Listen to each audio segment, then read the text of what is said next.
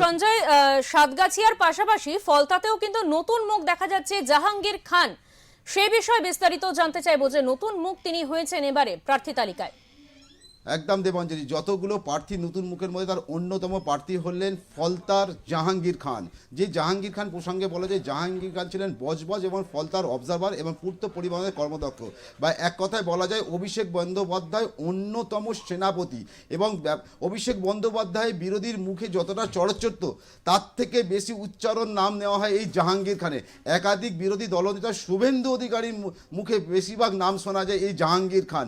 জাহাঙ্গীর খানের দক্ষতা আজ প্রমাণ করে দিল যে জাহাঙ্গীর খান যে দক্ষতা, অভিষেক বন্দ্যোপাধ্যায় যে লোকসভার ভোটে প্রথম সেনাপতি হিসাবে নেতৃত্ব দিয়েছিলেন তার নাম উঠেছিল সেই জাহাঙ্গীর খান।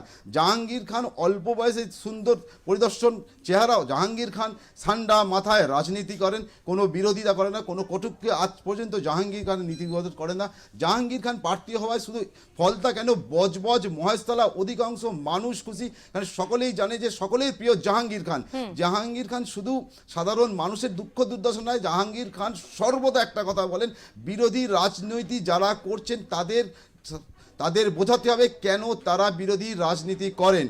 বাংলার উন্নয়ন, অভিষেক বন্দ্যোপাধ্যায়ের উন্নয়ন এবং মমতা ব্যানার্জির উন্নয়ন নিয়ে এই হলো জাহাঙ্গীর খানের মূল আদর্শ ছিল। জাহাঙ্গীর খান হিংসার নীতি ত্যাগ করে একদম সঞ্জয়, একদম